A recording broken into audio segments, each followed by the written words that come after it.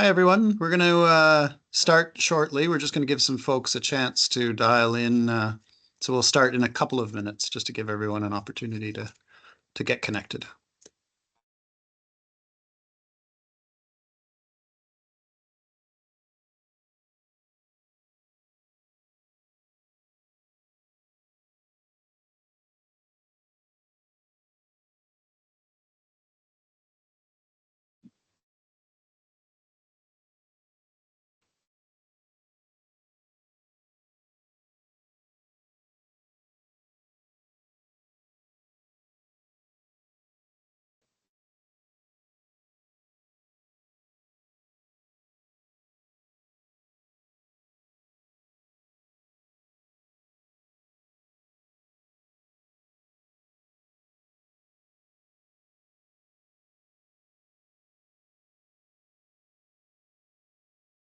Can I get confirmation from somebody on the call that they can see the video?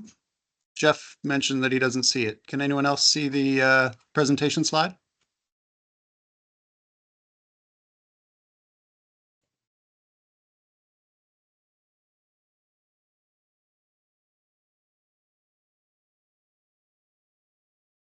Okay. It looks like others can see it, Jeff. So hopefully, might just be your computer. You could try disconnecting and reconnecting.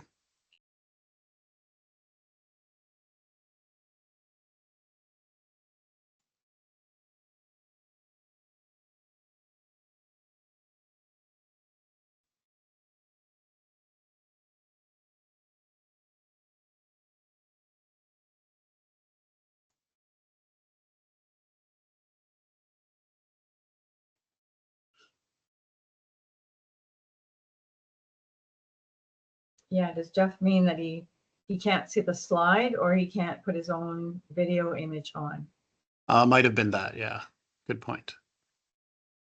Yeah, for anyone who didn't see the chat there, we have the camera and microphone options turned off for participants until we get to the question period, in which case we can open that up.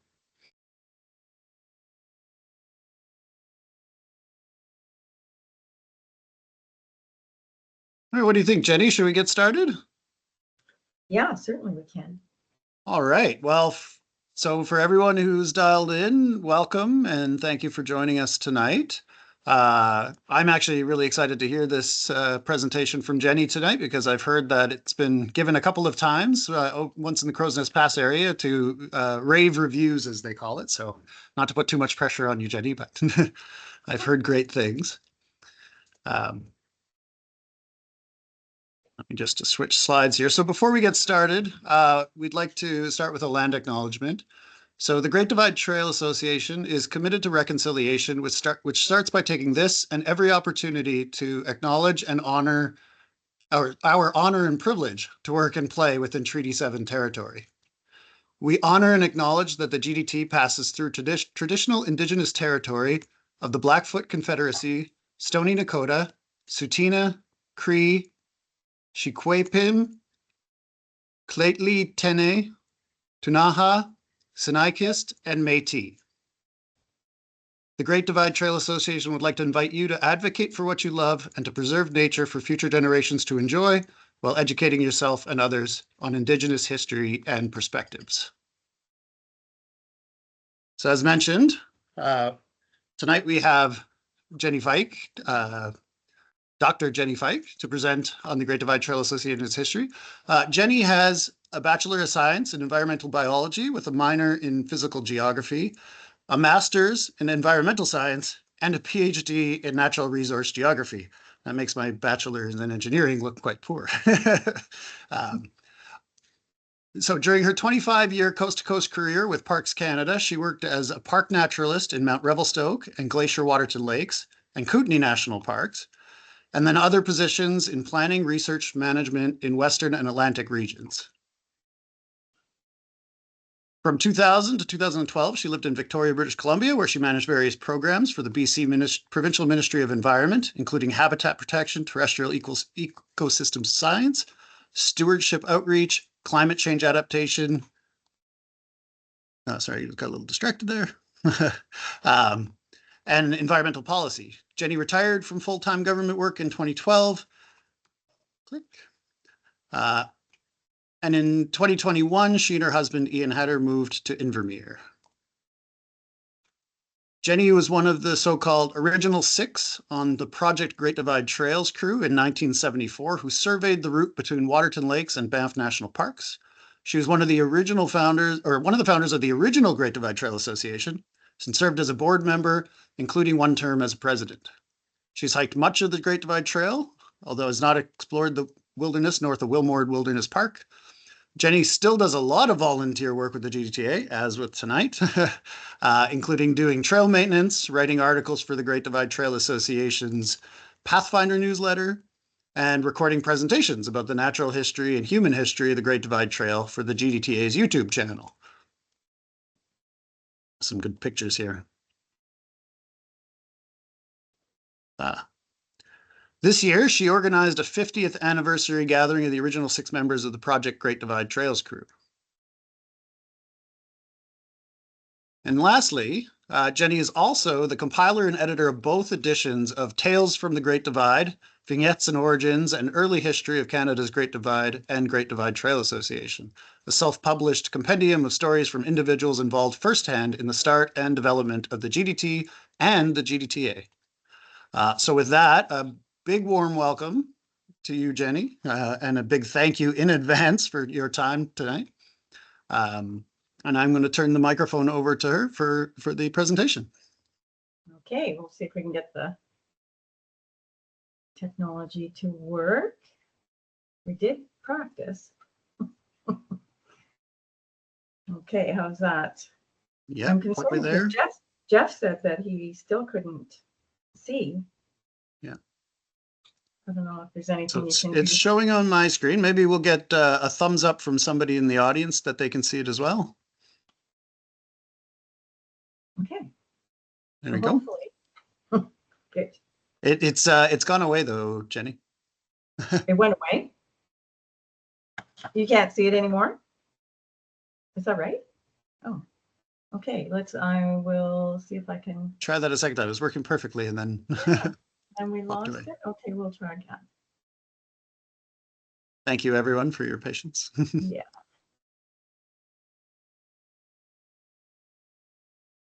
Okay. All right, halfway there again. Yeah. Good. And we're back.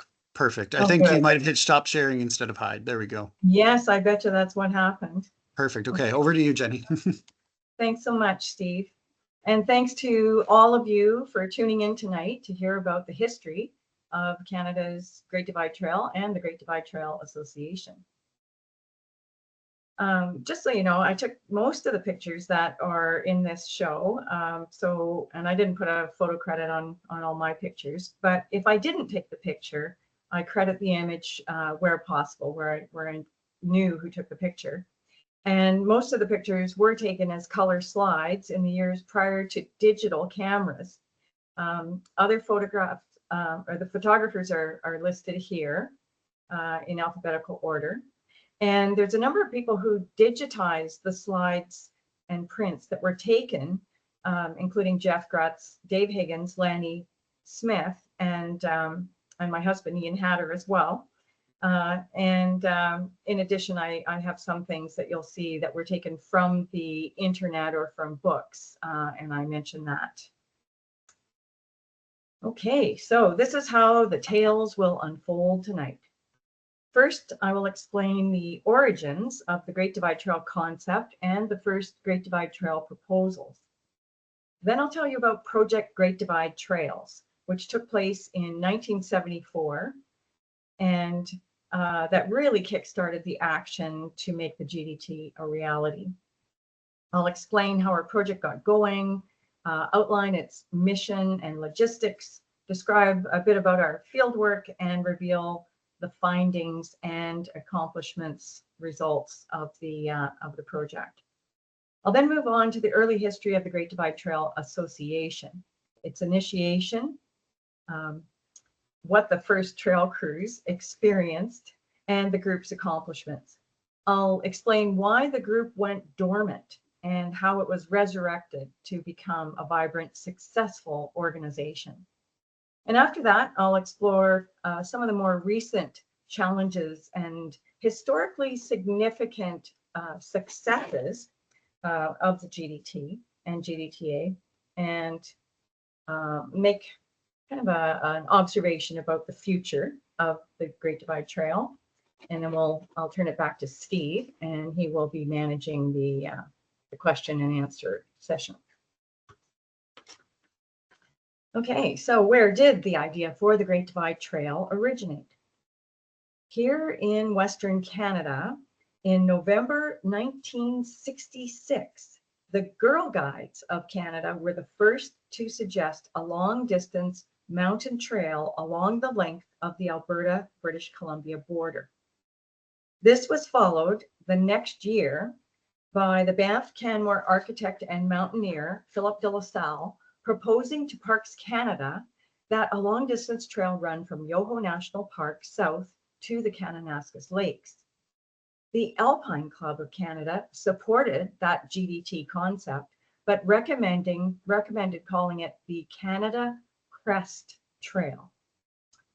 Even the Ontario Footpath Association advocated to then Prime Minister Lester B. Pearson about the value of establishing a long-distance trail in the area, suggesting that it be called the Pearson Trail.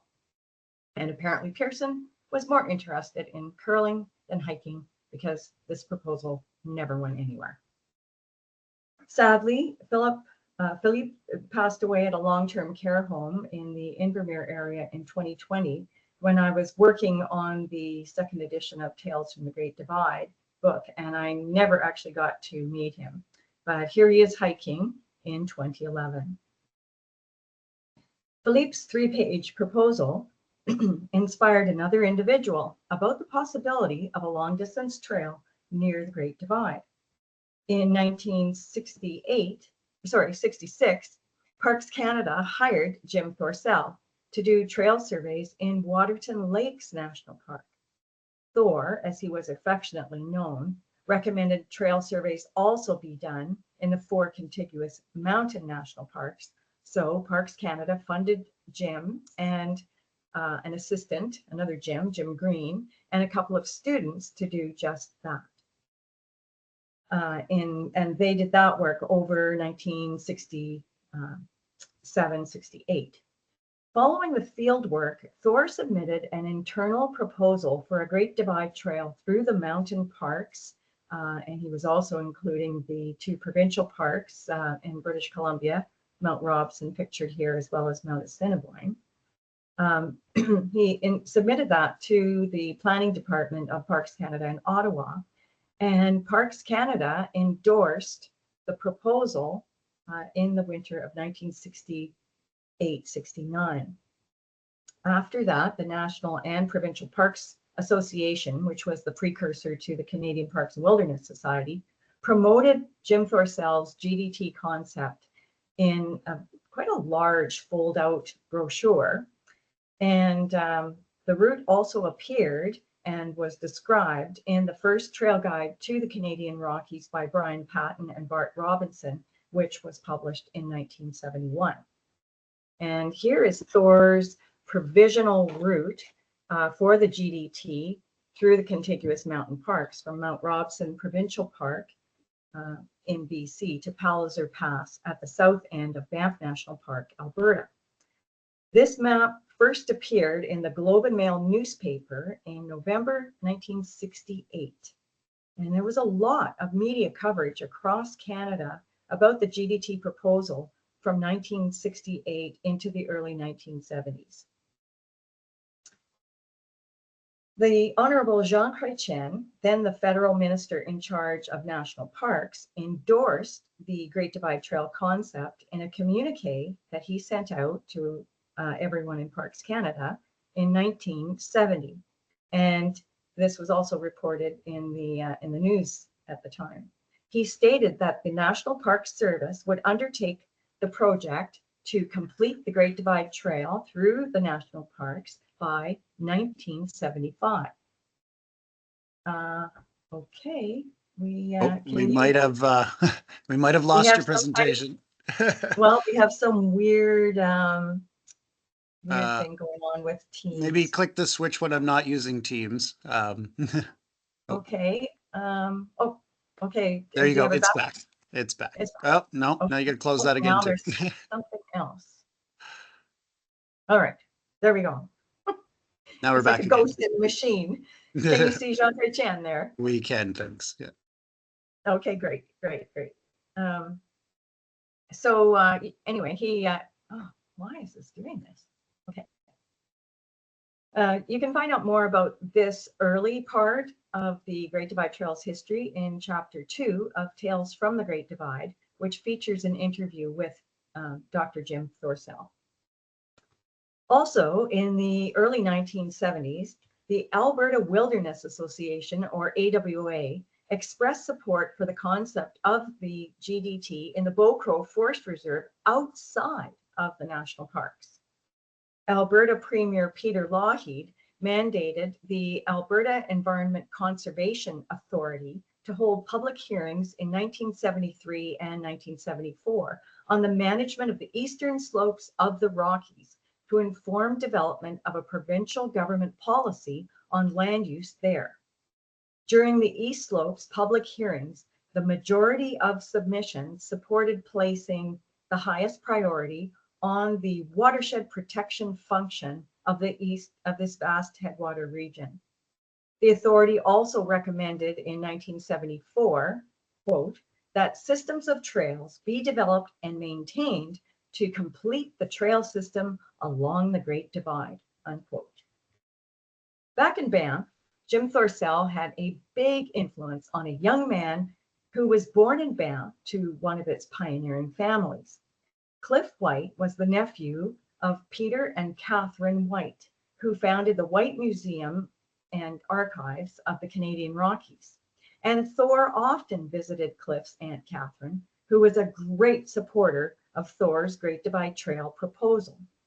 Although Thor was moving on to complete his PhD and pursue an international career in park conservation, he inspired Cliff, who was a teenager at the time, to investigate extending the GDT south from Banff National Park across provincial crown lands to Waterton Lakes National Park.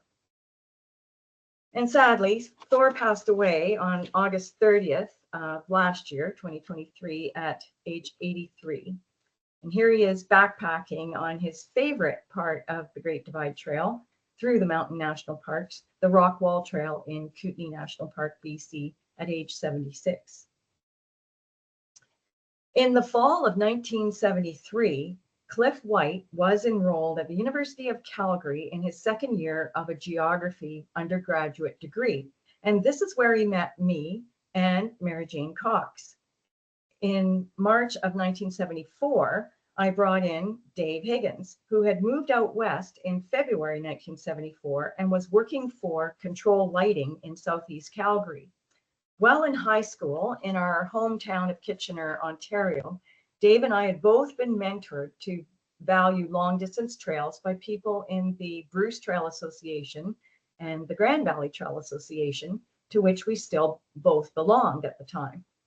Later that spring, Dave and I invited Chris Hart to join our trail survey crew as long as he had a car. Chris was also from Ontario, but working in Calgary. Meanwhile, Cliff persuaded his high school buddy, Dave Zevick, to quit his better paying job collecting garbage for Banff Townsite to work with us.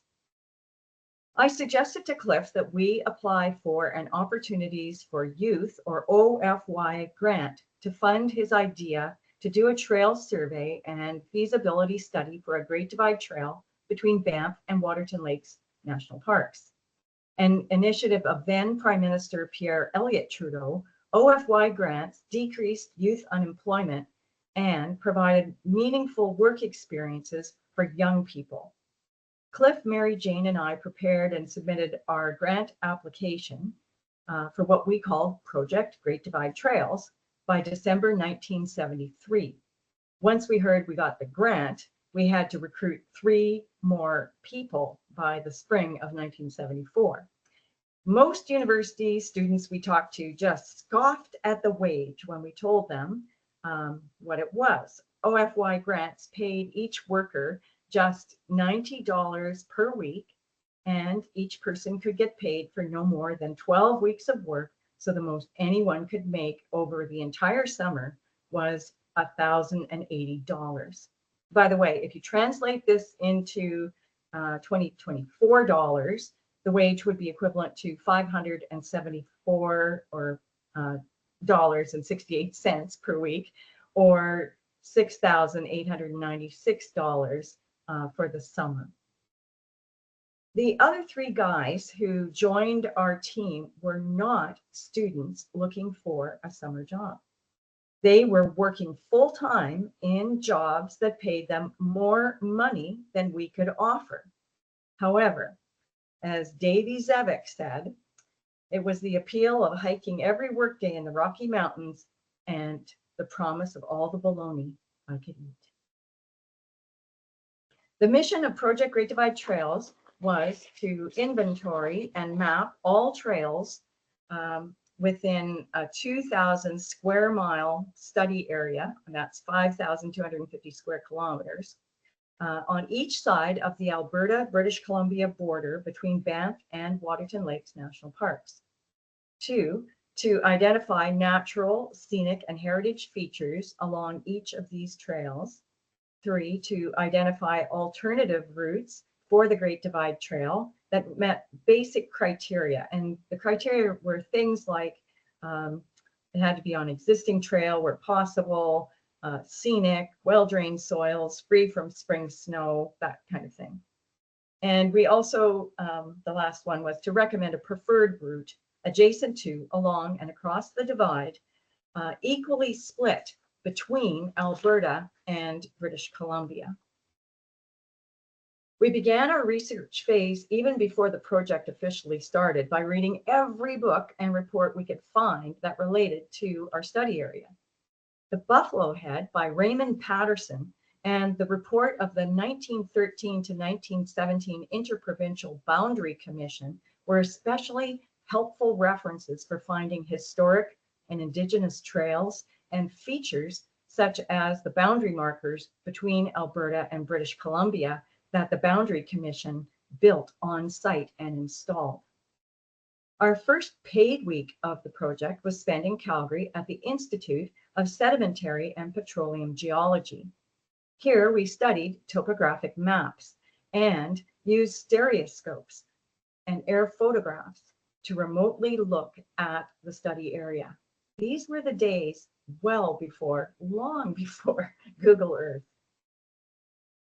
We based the project in 2 locations, the Crow's Nest Pass for the first 6 weeks of fieldwork and Sunshine Ski Village in Banff National Park for the last 5 weeks of the project. On weekends, we stayed in Coleman, Alberta, in the backyard of Bill and Nettie Kinnear, whose son Peter went to university with Cliff, Mary Jane, and I.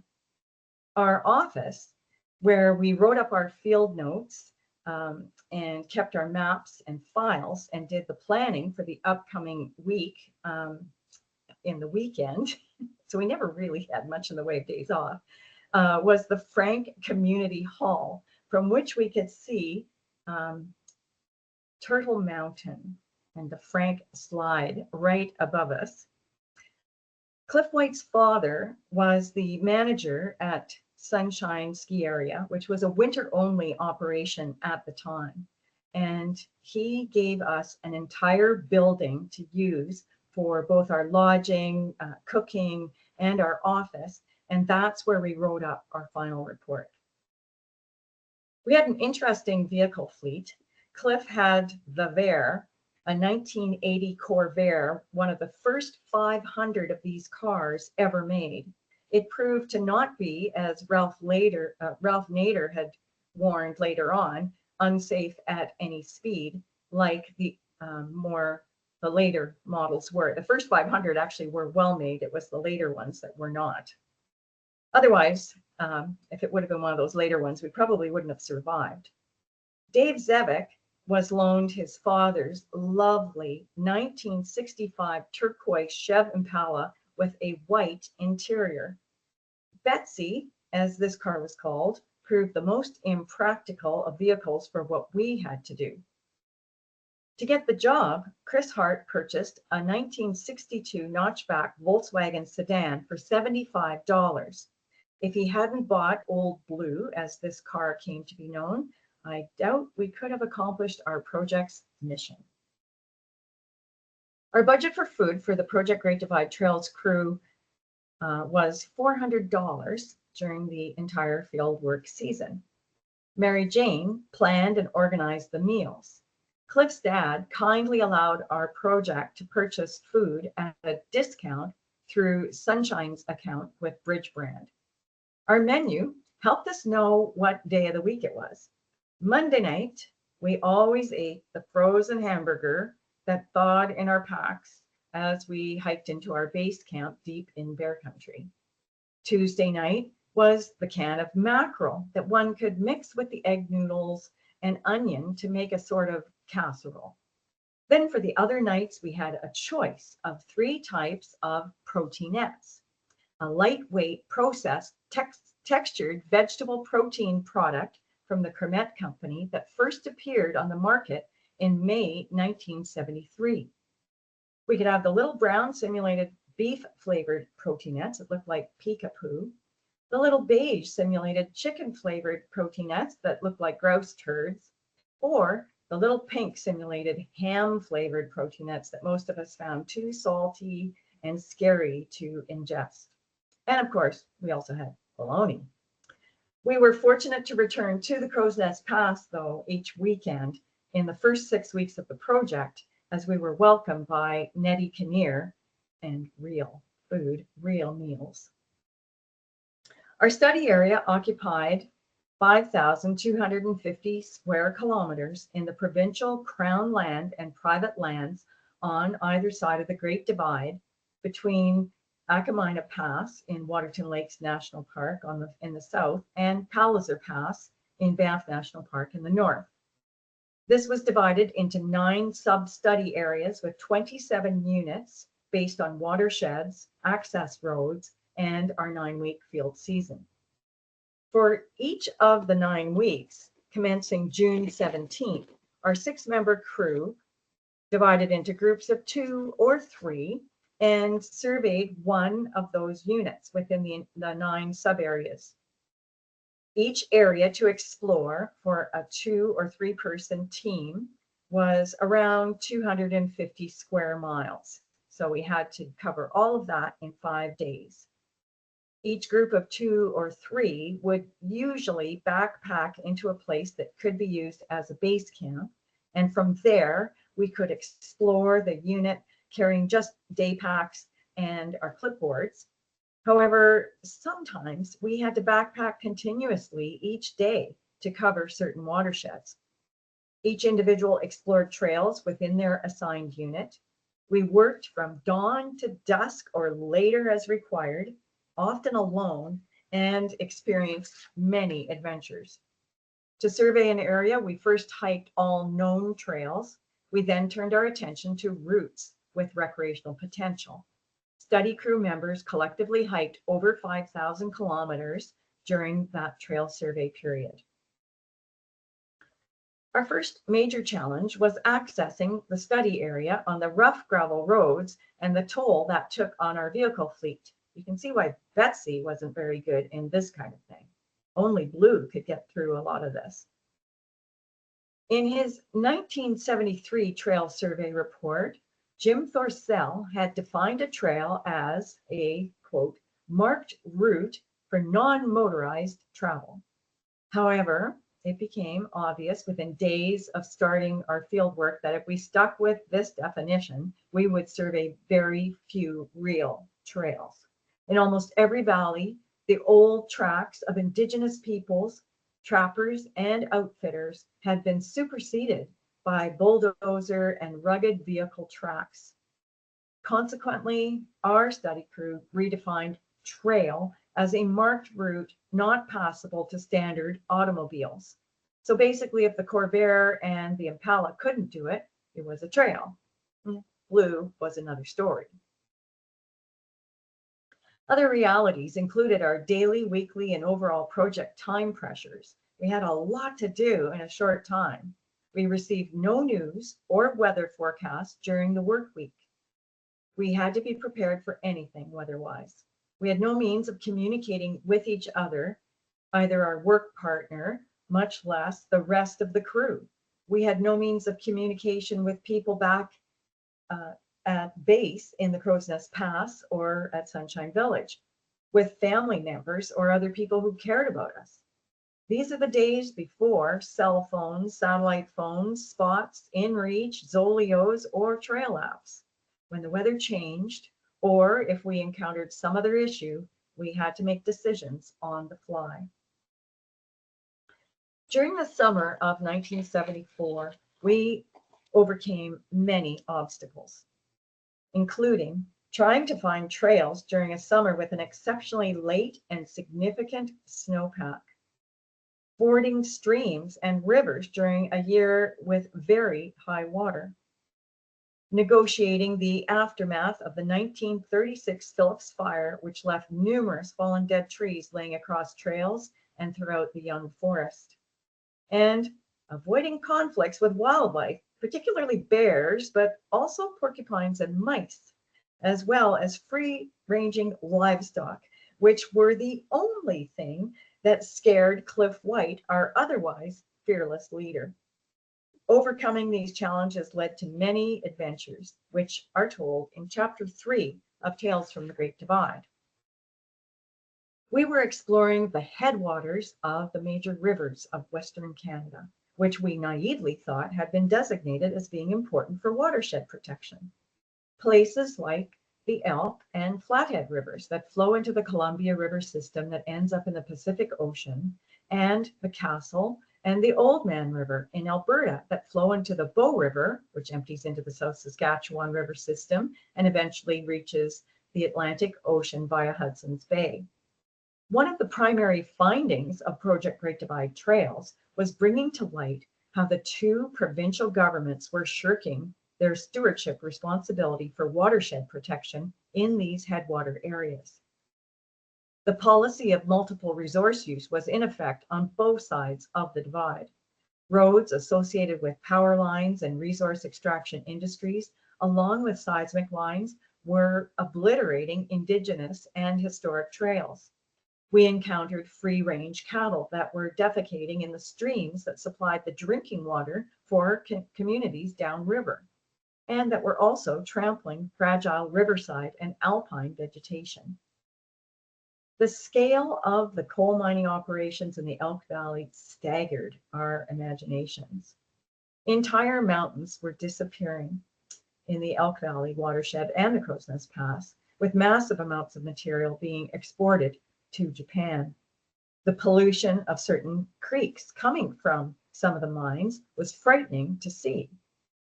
There were also oil and gas developments that we were told were perfectly safe. Nevertheless, we skirted their boundaries, observing the keep out, danger, poison gas signs. The extent of the industrial logging operations in 1974 was also shocking to us. None of the major logging roads or logging operations showed up on our topo maps or air photographs. Trails that have been marked on those maps as going through certain valleys have been eliminated by logging roads. Certain headwater areas had massive clear cuts, and the erosion from the cutover areas and the skid roads sent masses of sediment into the creeks. In 1974, Project Great Divide Trails surveyed, assessed, and described 166 trails.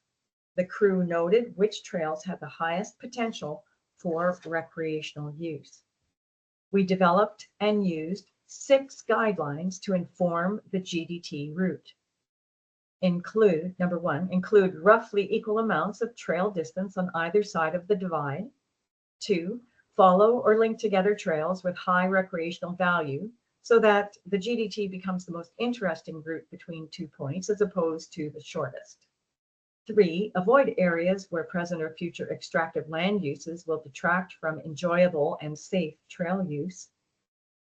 4, allow side access at frequent enough intervals where possible, preferably to encourage day and short overnight, such as weekend trips. Use existing trails whenever possible. And these trails should be equestrian or hiker standard trails. And avoid ecologically sensitive areas that can be damaged by hiking and equestrian use, such as wet alpine meadows. And that includes sometimes separating the hiker and the equestrian parts of the trail. We then had to map these potential routes for the GDT between Banff and Waterton Lakes National Parks.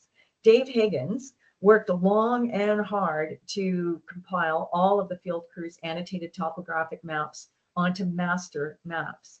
He then meticulously hand drafted different maps to depict the overall preferred route, as well as alternate routes for the GDT.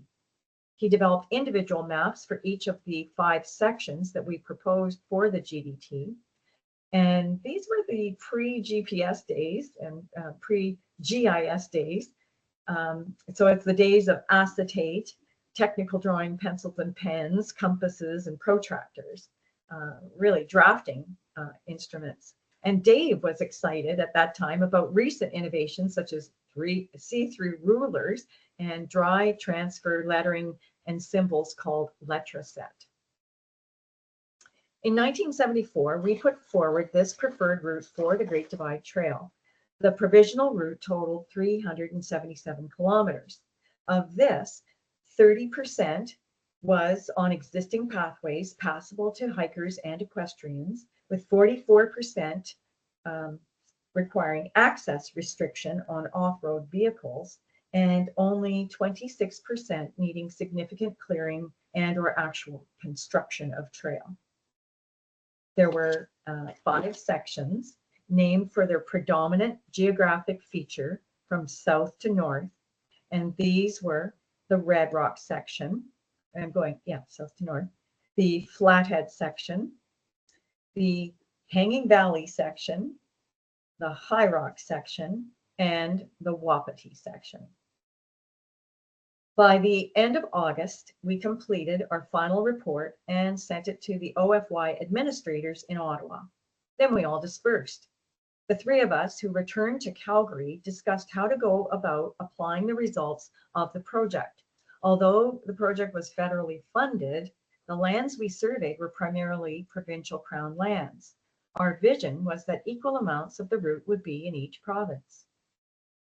Dave Higgins, pictured here on the right, Mary Jane Cox and I decided to try to build awareness of the project's results and to ascertain if there was any interest in forming a Great Divide Trail Association. We envisioned something like the Bruce Trail Association, a not-for-profit group that would work with government, private sector, and other NGOs to promote, establish, and maintain the GDT and a protected corridor along its length. We shared the results of the project in public slideshows in Alberta and British Columbia. We also organized outings on parts of the proposed GDT route. This is a picture of the group heading out on the very first such event on Canada Day 1975, walking up the Dutch Creek Logging Road to access the historic Tornado Pass Trail. Our efforts generated a lot of interest among young and old. By 1976, the GDTA became an incorporated federal not-for-profit society. Federal incorporation was chosen because the work would take place in both Alberta and British Columbia. We owe a lot to the dedication of the first president of the GDTA, a well-connected high school principal and experienced trail builder by the name of Brian Pryor. Mary Jane Cox got her dad to help another lawyer and board member called Doug Bowie successfully apply for and obtain designation as a federally registered charity by April 1st, 1977. The early GDTA published a policy paper outlining the vision and trail standards. This document was effective in garnering support from the Alberta government and many other organizations. It really was the first strategic plan for the GDTA, but we didn't call it a strategic plan. Of course, with the release of Alberta's Eastern Slopes policy, which listed wilderness trails like the Great Divide Trail as an appropriate land use, the GDT got a boost. Even the BC government granted permission to the GDTA volunteers to build the GDT on its Crown land, with the proviso that if a better use was found for that land, in other words, coal mining, the GDT would have to move. One of the policies included in the GDTA's concept document was a trail users code that would be followed by GDTA members.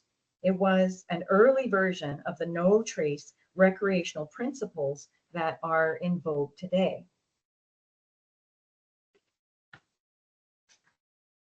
The GDTA then became the first NGO in the history of Alberta to receive a grant from the provincial government to do trail work on provincial Crown land. The initial mission was to carry out the detailed route finding and flagging in the High Rock section between Fording Pass and Tornado Pass. Here, Diane Pahal marks the route across Lunch Stop Meadow, so named by the first trail crew, as they always seem to end up there by lunchtime. The first GDTA trail crew was comprised of these individuals who ranged in age from 15 to 23, all people I befriended in Calgary, Alberta while doing my undergraduate degree at university there. Lanny Smith, Nick Allen, and Diane Pahal, with assistance from Jeff Grutz and his girlfriend at the time, Pat Olson. They were all among the founding members of the Great Divide Trail Association. During that summer of 1976, the GDTA trail crew endured working in 32 consecutive days of rain. Nevertheless, they scouted, flagged, and cleared 19 kilometers of the GDT. This picture shows Diane Pahal drawing out all of the crew's gear on day 33 when the rainstorms stopped and it finally cleared up. That trail crew was extremely dedicated. Not only did they work in the rain, but they worked all summer without getting paid. In June, the GDTA received an initial sum of around $5,000 to cover basic expenses like food, flagging tape, and vehicle fuel for the crew, but the salary funds were not sent to the Great Divide Trail Association until December. In 1976, we had a number of early successes, and one of them was to get Shell Canada to open up the old historic trail going up to Fording Pass. At that time, it was the Indigenous and historic trail had been pretty much destroyed by the seismic line that you can see on the left side there. And so Shell Canada actually brought a crew out and helped restore the trail, and that route is still in use today. The other thing that we managed to do was to persuade TransAlta Utilities to avoid putting a power line up this pristine mountain valley that's pictured on the right. And that was to supply power to the new Tent Mountain mine, which was going to open. And instead, we persuaded them to put the power line right beside the existing mining road that had already been built. And the reason was in our original route, the GDT was supposed to go up through this valley, but the current route does not go there. So in 1976, the GDTA also began organizing volunteer work parties to clear the trail. The early days of the GDTA really come to life in Chapter 4 of Tales from the Great Divide. The GDTA started out by establishing the High Rock section from Fording Pass south to Tornado Pass because of its easy access to Calgary and the support that was being given by the Alberta provincial government. Once the GDTA started getting grants from the Alberta government, trail building really began in earnest. They incorporated existing trails wherever possible, minimizing the amount of tread work. They cut a minimum number of trees and they maintained everything that they built.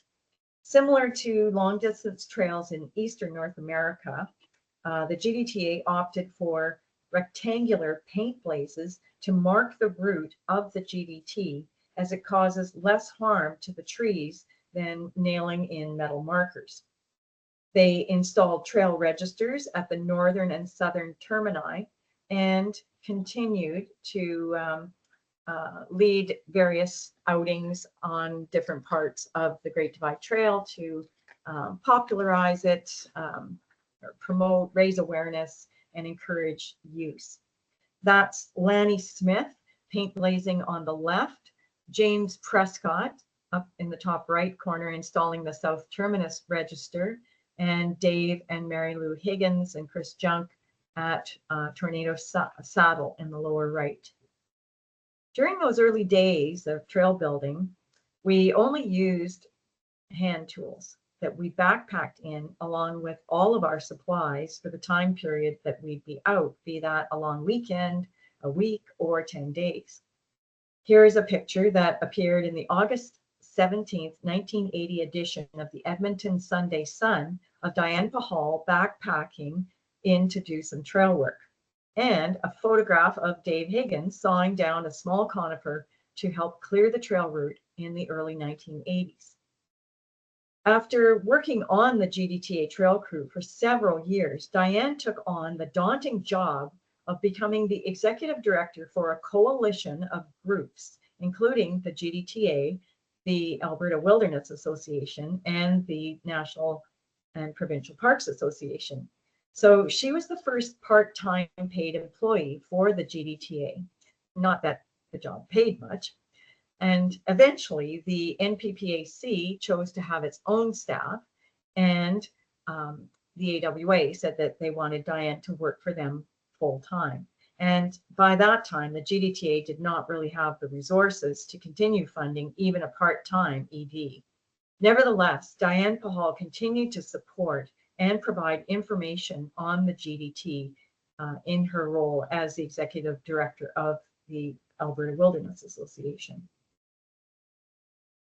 In the early 1980s, musician and equestrian Chris Norson joined the GDTA.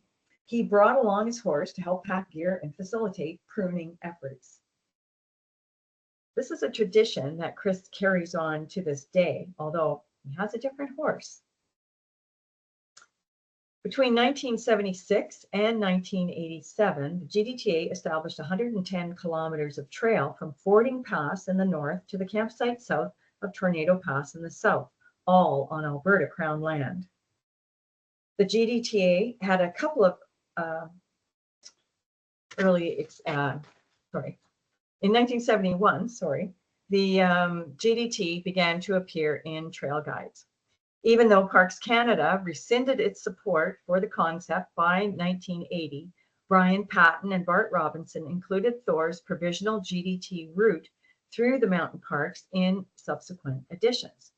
The GDT was featured in all of the editions of their trail guides until 2000, when the authors finally gave up on Parks Canada ever approving the GDT within the national park boundaries.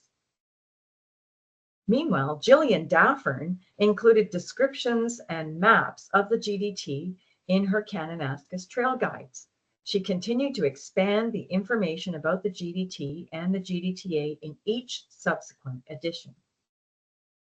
Despite this public attention, all was not well with the GDTA in the late 1980s. Changes in Alberta government policy gave priority to motorized use of Crown land and natural resource exploitation. ATVs were given free rein to travel wherever they could on Crown land. With the advances in technology, ATVs could travel further, farther, and faster, including right up into the Alpine.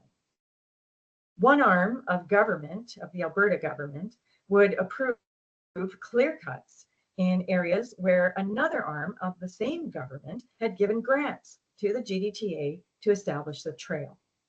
GDTA volunteers became disheartened and disillusioned to see their hard work annihilated from one weekend to the next. The loggers would usually try to leave a strip of trees along the trail because they'd see the blazes and they were trying to protect it. But unfortunately, with the first big windstorms, the trees all blew down, and it proved easier for people to try to walk through the clear cuts than on the original trail, which was filled with deadfall. It became more and more challenging to interest volunteers to work on the GDT. In 1974, the historic North Fork Pass and Line Creek trails on the BC side of the Great Divide offered a better option on existing historical trails. Project Great Divide Trails did not actually advocate routing the GDT on the Alberta side of the High Rock Range south of North Fork Pass due to the lack of existing trails, the tendency for the area to remain snow-covered until early July, and the rugged up and down terrain. Although there was evidence of coal exploration near the Line Creek area in 1974, surface mining did not actually begin there until 1981. By the late 1980s, the Line Creek mine eliminated the viability of the GDT route proposed in 1974, and at least on the BC side, between North Fork Pass and the Crow's Nest Pass area. In addition, the primary movers and shakers in the GDTA experienced major life changes by the late 1980s. The younger ones were busy building their careers, getting married, starting families, and are moving away from the Calgary area. Health issues plagued the president, Brian Pryor, and his wife, as well as many of the older supporters. In 1987-88, the GDTA stopped holding its board meetings and annual general meetings, disbanded its board of directors, closed its post office box, and put its remaining funds in a GIC. By 1988, Corporations Canada declared the GDTA inactive, and after 3 years of not filing returns to Revenue Canada, the GDTA lost its status as a federal registered charity. However, just when this was happening, others became interested in the notion of hiking along the Great Divide.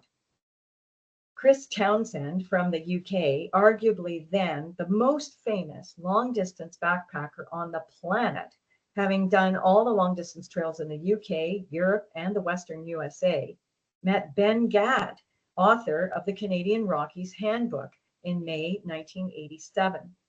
Ben said that no one had backpacked the length of the Canadian Rockies. Chris took up the challenge and spent the rest of that winter planning to do exactly that. He wrote to the GDTA, but by this time the board had disbanded and closed their post office box, so his letters of inquiry went unanswered. Had he only known or been told by someone about the Kananaskis Trail Guides or the Alberta Wilderness Association, he would have been set. Instead, he had a wretched experience trying to travel between Waterton and Banff, ending up in the middle of the Line Creek mine and dodging logging and mining trucks as he walked the entire Elk Valley Road. Nevertheless, Chris was able to follow Thor's proposed route through the mountain parks, and he pioneered a whole new area, a new extension of the GDT north of Jasper National Park. If you read his book, you will learn that it wasn't easy. And I just learned that a second edition of this enthralling book is going to be printed very soon. 10 years later, Carson Hewer spent more time planning. He had the advantage of living in the Canmore-Banff area, and by then he could use the internet and email to conduct his research. He followed the route proposed by Project Great Divide Trails and the GDTA. While he still ran into trouble in the vicinity of the Line Creek mine, he walked every kilometer built by the GDTA volunteers, who he thanked in his book, Walking the Big Wild, when it was published in 2002. Karsten was the first to travel self-propelled in the vicinity of the Great Divide from Yellowstone National Park in the USA all the way north to the Yukon, all to draw attention to the need to conserve large, intact, connected areas for wildlife. I was part of an unofficial group of former GDTA volunteers who still went out on weekends to maintain the GDT. On the Cataract Plateau, we were fortunate enough to encounter Karsten for that section of his 1998 Yellowstone to Yukon trip. Karsten was effusive in his praise of the work we were doing and wrote positively about the GDT and the GDTA in his book. The first trail guide focused solely on the GDT didn't come out until 2000. It was written by a guy called Dustin Lynx, who also lived in Canmore. He read and was profoundly influenced by Chris Townsend's book, High Summer, published in 1989. Unfortunately, like Townsend, his trip from Waterton to Banff, which took place in 1996, was horrible. He basically followed resource development roads, and again, he walked the entire length of the Elk Valley along the road. From there, he followed Thor's provisional route through the mountain parks and Townsend's route beyond. Dustin did public presentations about his trek to promote his book. Dave Higgins and I each lived in Calgary then, and curious, went to see the show. We were flabbergasted that he had not checked the Kananaskis Trail Guide or contacted the AWA.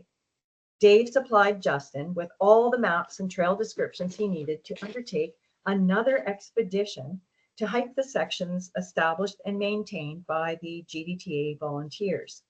To his credit, Justin ensured that every subsequent issue of Hiking Canada's Great Divide Trail incorporated the work of the GDTA and any other relevant route changes.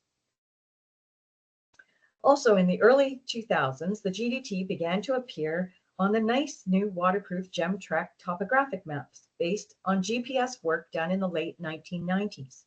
Dustin Lynx did quite a bit of GPSing the GDT for GemTrek, combining research for updates of his GDT book with helping out Donna and Roger Nelson, who owned and operated GemTrek maps.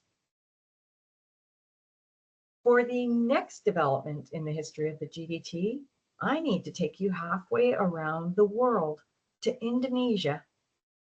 In the fall of 1995, Dan Wallace and Wayne Marshall, two instructors from the Southern Alberta Institute of Technology, or SAIT, in Calgary, were contractors hired to develop apprenticeship training programs for the locals working in a copper gold mine. The mine was on the top of a mountain. They lived in a remote American community. When they had time off, Dan asked Wayne if he'd like to go hiking.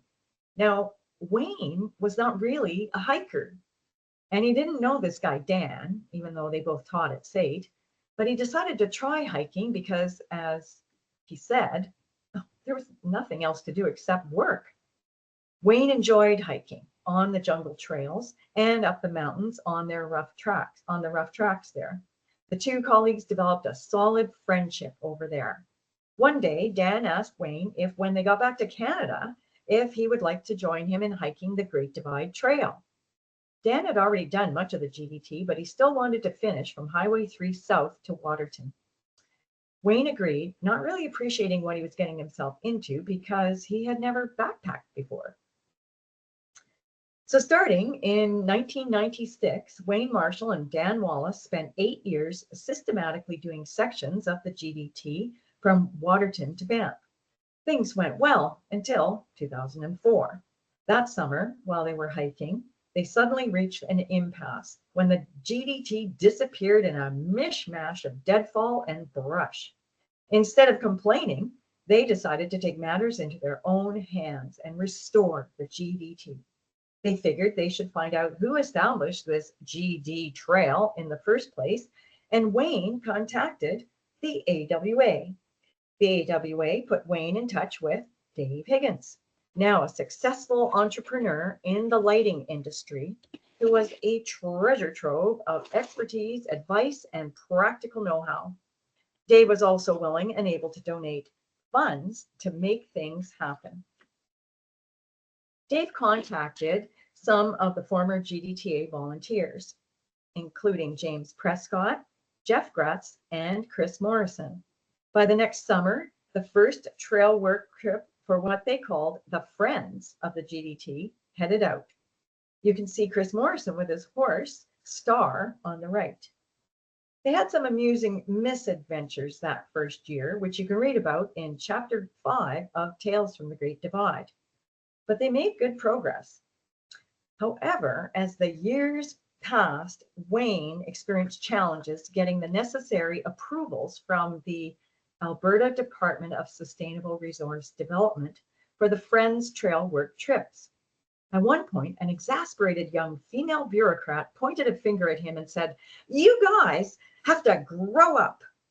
By this, she meant that the informal group called the Friends of the GDT had to become an official association, because the provincial government could not give individuals permits to cut trails or to take a quad carrying tools into an area zoned for non-motorized use, but they could issue permits to a legal entity like a registered not-for-profit society. At this point, the next generation stepped forward from the ranks of the Friends of the GDT volunteers. They were all individuals who had hiked sections or even the whole GDT. In researching how to go about forming an association, they found out from Dave Higgins that there used to be a Great Divide Trail Association that was a federally incorporated not-for-profit society, and that the entity had never formally been legally extinguished. It was just allowed to go dormant. And there was still a bank account with a GIC containing the funds from the last year of membership dues.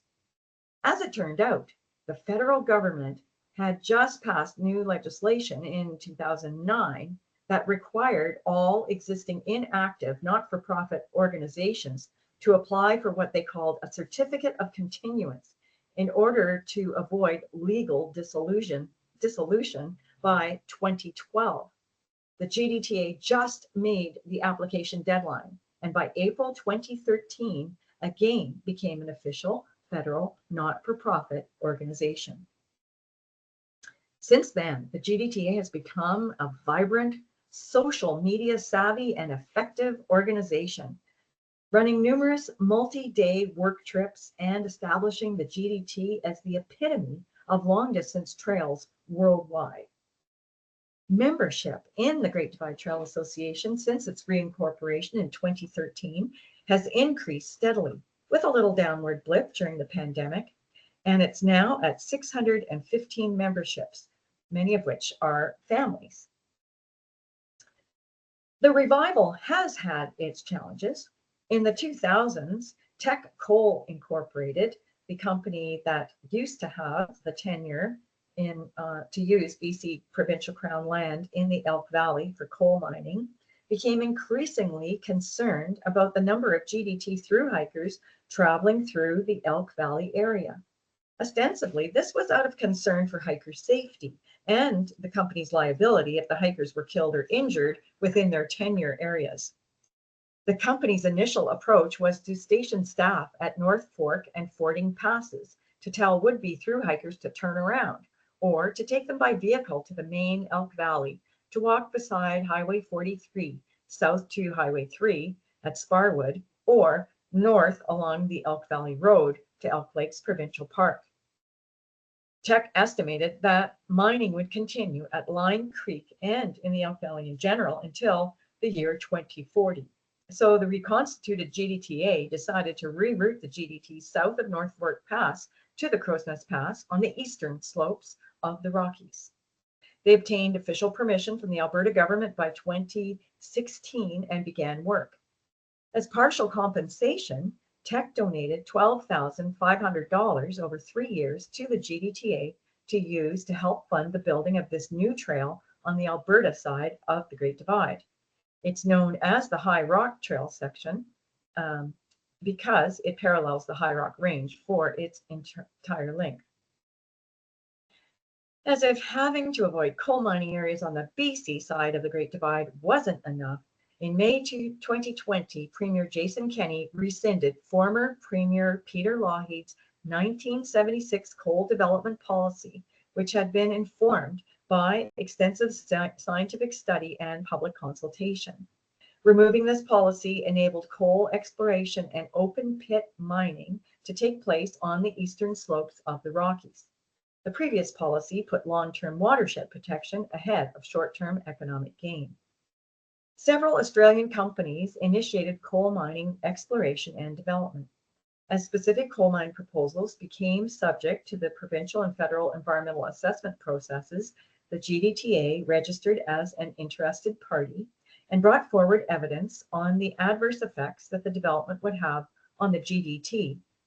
Many others, from mayors to ranchers, protested coal exploration and mining on the eastern slopes, and a poll in February 2021 revealed that 69% of Albertans opposed rescinding Lougheed's policy. As a result, Sonia Savage, Alberta's energy minister, reinstated the policy, promising that no new leases would be issued. Leases that had already been granted could continue. Over the next 6 years, despite challenges such as the weather, forest fires, smoke, and the COVID-19 pandemic, which necessitated a scaling down and changing of trail crew protocols, the High Rock Trail, necessitated by the coal mining in the Elk Valley, was completed and officially opened at a ceremony in the Crow's Nest Pass in July 2022. The High Rock Trail is beautifully blazed. However, much of the trail is not. And as a result, it's been really handy to have developed a GDT route finding app. First, it was called, it was the Guthook company. And so the Guthook Trail app, it was first released in December 2016 to help people find where the trail was. And most people now use the Far Out GDT app on their iPhone to help them find their way, especially in the areas as yet unblazed or unmarked.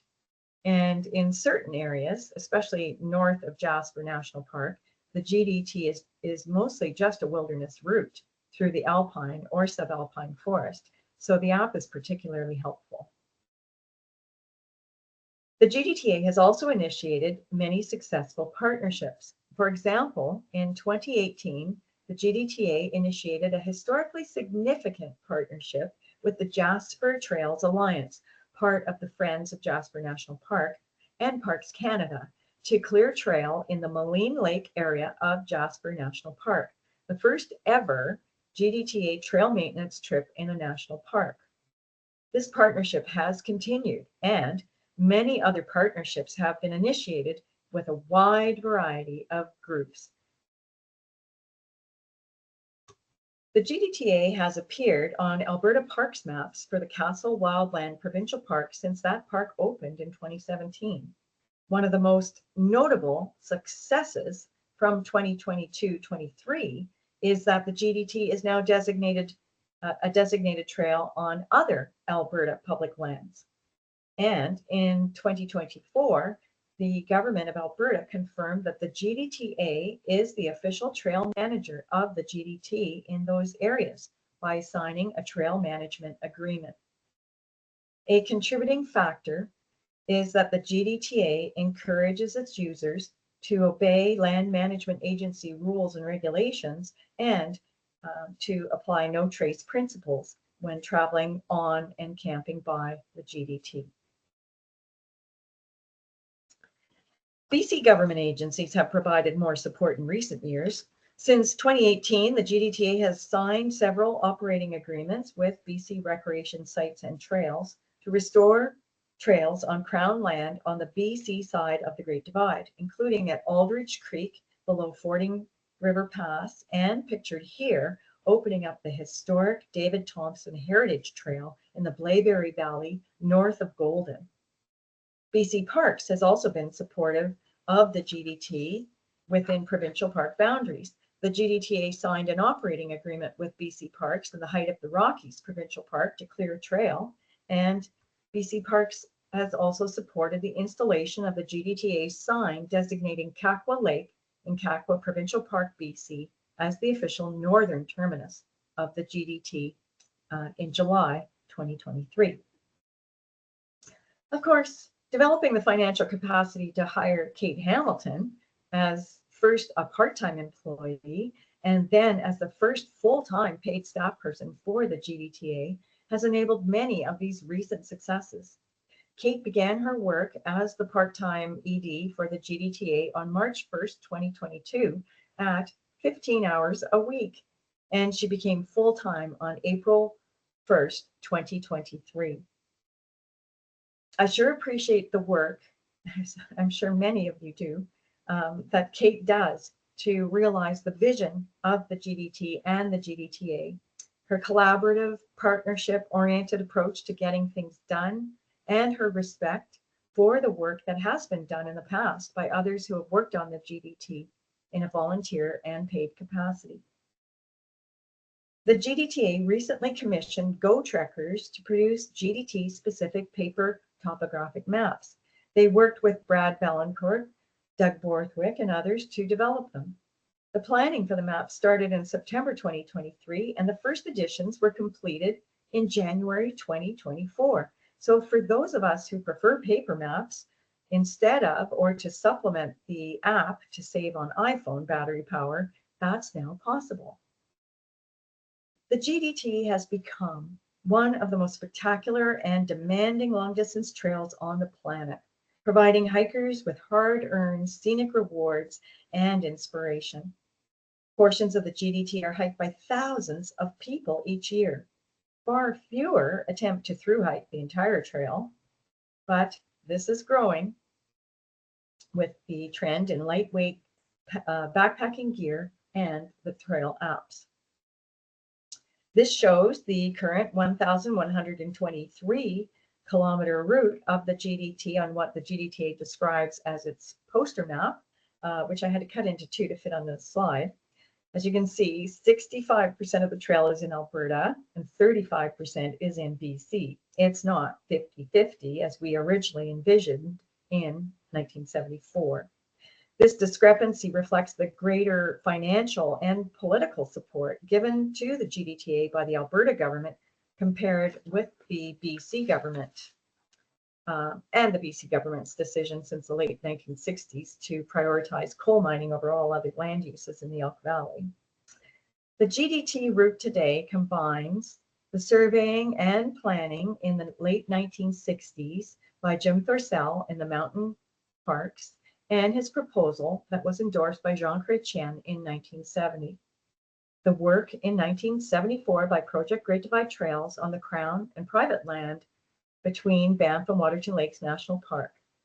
The labor of the early GDTA volunteers from 1976 until 1987. The informal work carried out between then and the year 2000. The contribution of the Friends of the GDT led by Wayne Marshall in the early 2000s, and the tremendous efforts of the reconstituted GDTA since 2013. Speaking of those contributions, I'd like to highlight 4 of the people who, along with me, were among the founding members of the GDTA and who continue to contribute to the GDTA. These individuals are Dave Higgins, Mary Jane Kreisel, Lanny Smith, and Jeff Grutz. Mary Jane Cox, their maiden name, served on the board of directors in the early days of the GDTA, but then had a long hiatus away from the GDTA while she focused on her career, got married to Phil Kreisel, and raised their family. In 2018 and 2019, Mary Jane Kreisel participated in the GDTA's signature trip where she helped out as the sous chef to our camp cook, as well as doing some trail work. In addition, she served on the board of directors from 2018 until 2021 as co-treasurer and chair of the Ensuring Financial Capacity Committee, as well as a few months as secretary. MJ was the force behind regaining charitable status for the revitalized GDTA, initiating the first trail supporter donation campaign and writing many successful grant proposals. MJ really paved the way for subsequent years of successful fundraising for the GDTA. Dave Higgins is the only one of the group of us 6 originals from Project Great Divide Trails who has continued to work on the GDT for the full 50 years since he served 50 years ago on Project Great Divide Trails. He is the master trailblazer and builder of bridges along the Great Divide Trail. He has funded a lot of the trail and bridge building work himself over the years. Dave is also the only one of us to be close to completing the entire GDT. He has hiked it bit by bit over the years. In addition, he is on the GDTA's Trail Establishment and Maintenance Committee and writes newsletter articles from time to time. The GDTA and the GDTA owe a lot to the dedication and contribution of Dave Higgins. Lanny Smith became fascinated with the concept of the GDT after reading an article in the June 1973 issue of National Geographic magazine. After attending a slideshow by members of Project Great Divide Trails, kind of around this time of year, 50 years ago, he became one of the first individuals to embrace the idea of forming a not-for-profit group to promote the GDT, and he was one of the founding members of the Great Divide Trail Association. He served on the first GDTA trail crew. Like many, there was a hiatus away from the GDTA as he pursued his education, got married, and focused on his career. He rejoined the effort in the mid-2000s, becoming part of the Friends of the GDT, rejoining the GDTA in 2013, and serving as the camp manager for the GDTA's work trips for several years. Jeff Grutz is another one of the founding members of the Great Divide Trail Association. Having experience with long-distance trails in the eastern United States and with his master's research having focused on trails, he provided expert advice to the early GDTA trail crews, as well as volunteer and occasionally paid labor. Jeff rejoined the effort in the mid-2000s, becoming part of the Friends of the GDT and rejoining the reconstituted GDTA in 2013. Since then, he has provided and continues to provide expertise in trail design and maintenance and his labor on volunteer work parties. He has served and continues to serve on the board of directors and various committees. The GDT joins the Continental Divide Trail at the US-Canada international boundary along Upper Waterton Lake, where Waterton Lakes National Park in Alberta meets Glacier National Park in Montana.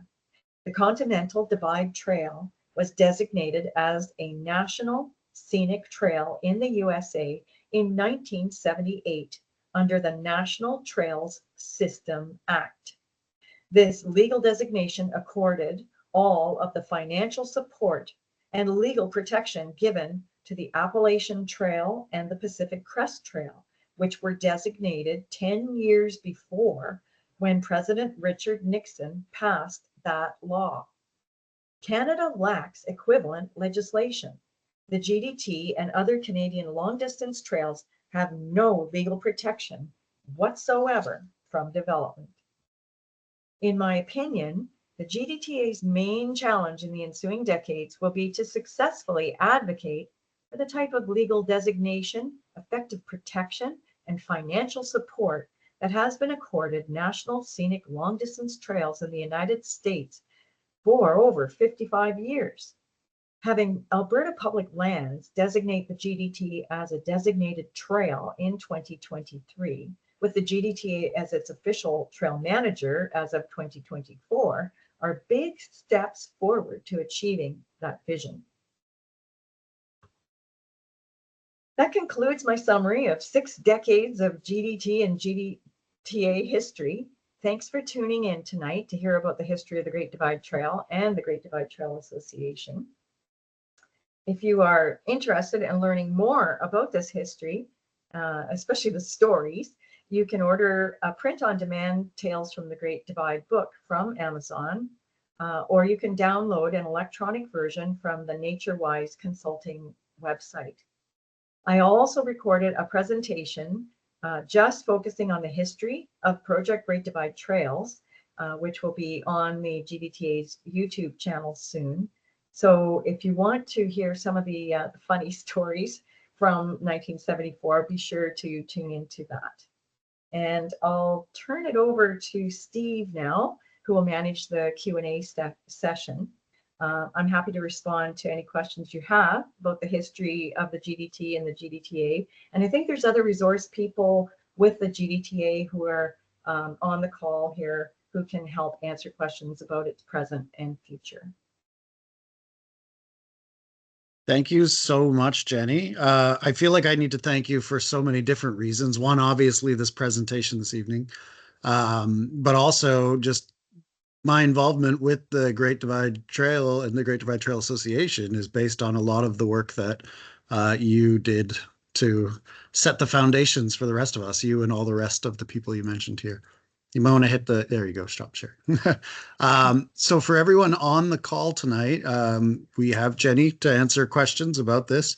If you'd prefer to ask your question verbally, I can enable your microphone and camera. However, if you'd like to put them in the chat, then we will take questions that way.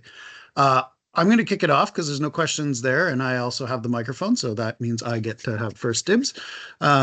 This report that you did as part of Project Great Divide Trails in the 70s, what happened to that? Does a copy exist, or? Oh, you mean the concept document? Yeah, the document that got submitted for Parks Canada. And... Yes, I sent a digitized version to Deb Yanchula, and I think a number of other people have it, but I can send a copy to whoever's interested in looking at it. I have for that. Yeah, I have a print copy. Jeff may have put it on some kind of a share drive for the board of directors already, because I provided it, gosh, quite a long time ago when we were working on Tales. That's excellent. So yeah, it's still around, and the trail standards, they're beautifully drawn graphics by Dave Higgins rendered them. Like he's such a wonderful draftsperson. Yeah, it was fascinating seeing your pictures there with it sitting over with, the map and compass and the all the rest. And nowadays, of course, people are doing that digitally, but again, built on the shoulders of giants. There's a question in the chat about whether or not the recording will be available, and that is indeed the intent. Not only this presentation, but a recording that Jenny recorded a little while ago, are both going to go up on our YouTube channel in the next week for sure. Probably even soon, even sooner. So yeah, definitely looking. Oh, there's some questions in the Q&A. Perfect. Sorry, I just didn't see the right button. So chat not available. Okay, that's. I don't know what to make of the chat not available when I'm seeing your message. So by all means, feel free to use either the Q&A section or the chat section. I noticed that some people are able to get there. I wonder if you could turn Wayne's microphone on, he could ask the question. Sure, yeah. Wayne, would you, if you'd like to ask a question, I can do that very much. You'll just have to bear with me while I allow. You should be able to turn your microphone on now, Wayne, if you'd like to, if you did have a question.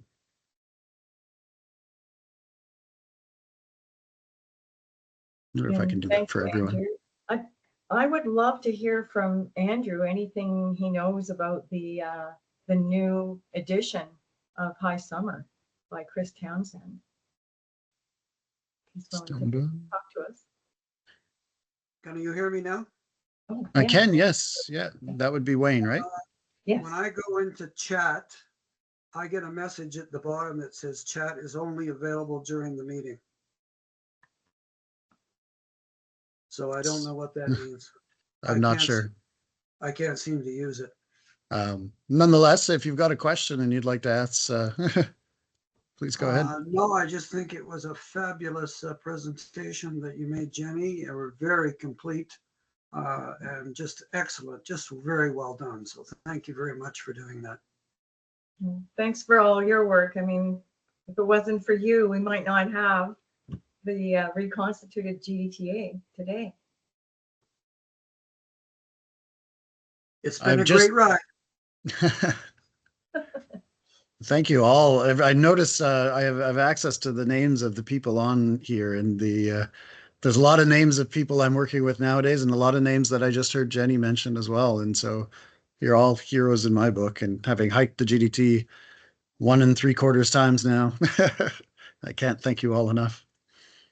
It looks like Andrew's willing to talk to us if we can turn on his microphone. Right. So I've enabled cameras and microphones for everyone. You should see at the top of your MS Teams app, window buttons for cameras and microphones. So you should be able to just hit those. And I see Andrew looks like he's there. Yeah, thank you, Jenny. That was a fantastic presentation. Blown away by how many people have been involved over the years and how hard everyone's worked for such an incredible cause. From Chris Townsend's book, High Summer, I don't think he knew, how much work could be done before he did his hike, because he was in England and there was just no easily accessible information back then before the internet.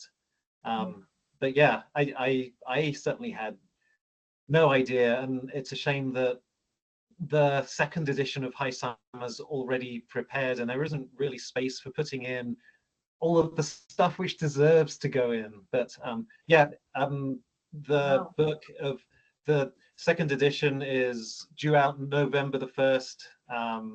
It has, I don't know how to do this. It has a bunch of black and white pictures from his journey. So yeah, have a look on Amazon. He's included a few footnotes and an extra introduction, which weren't in the original edition. And he does mention the Great Divide Trail and provide a link to the GDTA's website. So that is in the book at least. Yeah, that's great. That's really good. Yeah, it was really a shame. I mean, when I was reading the book, it just broke my heart when I got to the part where he said he'd written and then never got a reply, and he was corresponding with somebody from a Forest Service. I can't even remember if it was BC or Alberta, and they only gave him the GDTA information. It's probably Alberta Forest Service. And if only they would have said, oh yeah, there's a map and everything on the Kananaskis Trail Guide, or referred them to the Alberta Wilderness Association. It just would have been a much more pleasant experience for him. Well, I in some ways, I don't think he would. I shouldn't really speak for him, but I've talked to him a lot about his journey, and obviously there's many things would be different now, but the adventure he was able to have all the way up the Canadian Rockies, yeah. I suspect there's not much he would change, because it made it, the journey it was, the route finding challenges he had to deal with all the way through his journey. So, but yeah, maybe even though he's in his 70s now, maybe he'll come back and walk it again one day. Who knows? Wow, well, that'd be something. I'm as a backpacker myself, I'm sorely tempted. So who knows? Oh, you should definitely. You absolutely should. I think 100%. I'm noticing some folks typing in the meeting chat, though I haven't seen a new question come up yet. So please, by all means, get the questions in while we have Jenny on the. I was going to say on the phone, but that's not how that works anymore.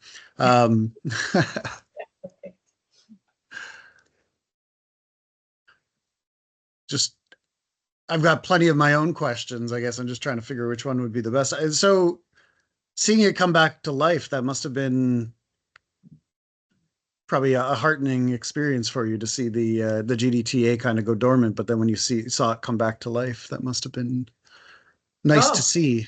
We were ecstatic. Yeah. Dave and I were and when we told Mary Jane, everybody was ecstatic. And in 2019, we managed to get 5 of the original crew from Project Great Divide Trails out on a work party together on the High Rock Trail. So that was really good. And then to have all 6 of us together this fall, we went to Sunshine, and I don't know, everybody was just so thrilled, to see what's happened. So that's great. Well, if there's no more questions, we are at the 7:30 cutoff time. One thing I did want to mention, so Jenny, you did a fantastic job of highlighting just how much this concept became a reality on the backs of people who were doing it, but just on a love for the area and via their volunteer time. And like I said, looking at the list of people who dialed in tonight, it is a large number of people either historically or actively volunteering. So I'm not going to do what I did at the AGM and beg, plead, and do everything else to ask people to volunteer, because you're all already doing that in all sorts of ways. So I think instead of that, I'm just going to do a huge, massive thank you to everyone that's involved. But of course, to yourself, Jenny, for your time tonight, and obviously the love and passion you put into the trail and your presentation, which is incredibly well delivered. Thanks so much. Well, good night, everyone, and thanks for joining us. And we'll put this up on our YouTube channel in a short while. Thank you, Jenny. Happy trails.